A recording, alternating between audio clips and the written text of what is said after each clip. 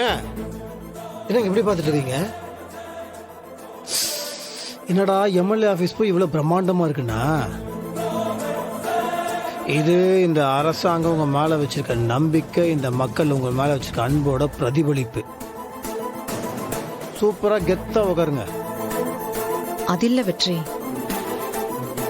நியாயமா பார்த்தா நீங்க தான் இந்த இடத்துல உட்கார்ந்துருக்கணும், நீங்க தான் எம்எல்ஏ ஆயிருக்கணும். ஆனா நீங்க எல்லாமே எனக்காக விட்டு கொடுத்துட்டீங்க. விட்டெல்லாம் கொடுக்கல, நீங்கள் வேற. என்னை விட இங்கே உட்காரத்துக்கு உங்களுக்கு தான் தகுதி இருக்கு. ஏங்க, நான் அரசியல்வாதியோட புள்ள தான். எனக்கு அரசியலும் தெரியும், அடுக்குமொழியிலையும் பேச தெரியும். ஆனால் மக்களுக்கு என்ன தேவைன்றது உங்களவுக்கு தெரியாதுங்க. அவங்க உணர்வை உங்களவுக்கு என்னால் புரிஞ்சுக்க முடியாது. ஆமாங்க. ஏங்க, அது எனக்கு ஒரு விஷயம் புரிய மாட்டேங்குது. எப்படி அது அரசியல்வாதிகளோட பிள்ளைங்க மட்டும் தான் பதவிக்கு வரணுமா? மற்றவங்க வரக்கூடாதா? ஏன் ஒரு டிரைவரோட பையன் பதவிக்கு வரக்கூடாதா? ஒரு மெக்கானிக்கோட பொண்ணு பதவிக்கு வரக்கூடாதா? ஏன் தூய்மை பணியாளர்களோட பசங்க பதவிக்கு வரக்கூடாதா?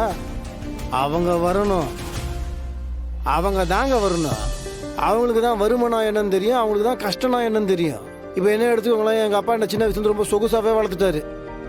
நான் பஸ்ஸில் போயிருக்கேன்னா ஸ்கூல் ஃபீஸ் கட்டுறதுக்கு எங்கள் அப்பா அம்மாவும் கஷ்டப்பட்டுருக்காங்களா? இல்லை எங்களுக்கு புது துணி வாங்கி கொடுத்துக்கு எங்கள் அப்பா அம்மா கஷ்டப்பட்டாங்களா? இல்லையே. ஆனால் நீங்கள் உங்களை பற்றி யோசிச்சு பாருங்க.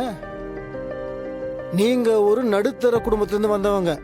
உங்களை படிக்க வைக்கிறதுக்கு உங்கள் அப்பா அம்மா எவ்வளோ கஷ்டப்பட்டிருப்பாங்க, எவ்வளோ தியாகங்கள் பண்ணியிருப்பாங்க. ஆயிலும் கிரீஸும் கரப்பட்ட சொக்கா உங்கள் அப்பா போட்டனால தான் உங்களுக்கு புது துணி வாங்கி கொடுத்துருக்க முடியும். உங்களுக்கு தான் அதோட அருமை என்னன்னு தெரியும். எனக்கெல்லாம் தெரியாதுல்ல. இல்லை, பணக்காரங்களும் மற்றவங்களாம் பதவிக்கு வரக்கூடாதுன்னு சொல்லலை. இப்போ நான் வந்தால் கூட நல்லா தான் இருக்கும், இல்லைன்னு சொல்ல. நானும் நல்லதுலாம் பண்ணுவேன். ஆனால் நீங்கள் என்னை விட நல்லது பண்ணுவீங்க. ஏன்னா உங்களுக்கு தான் கஷ்டம்னா என்னன்னு தெரியும். ஏங்க, இனிமேல் இந்த படித்தவங்க தான் வரணும், இல்லை இந்த பரம்பரையாக வரணும், இல்லை ரத்தத்துலேயே வரணும், அதெல்லாம் கிடையாதுங்க. அடுத்தவங்களுக்கு செய்யணுன்ற உணர்வு, அந்த எண்ணம், அது உங்ககிட்ட இருக்குது.